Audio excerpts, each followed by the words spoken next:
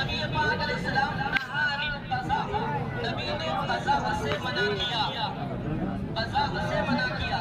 صحابہ نے عرض کیا یا رسول اللہ قضا کس کو کہتے ہیں؟ یہاں سے سنیے میری آخری بات، بہت سارے ہمارے بچے اس میں ملوث ہیں، اور بچوں کے ملوث ہونے کا مطلب یہ ہے کہ ماں باپ اس گناہ سے راضی ہیں۔ وہ یہ ہے کہ نبی پاک علیہ السلام نے فرمایا قضا یہ ہے کہ بچے کے سر کا کچھ حصے کا بال کاٹ لیا جائے اور کچھ حصے کا بال چھوڑ دیا جائے۔ آپ مجھے بتائیے یہ کون سی کٹنگ ہے؟ یہ آج کا فیشن ہے؟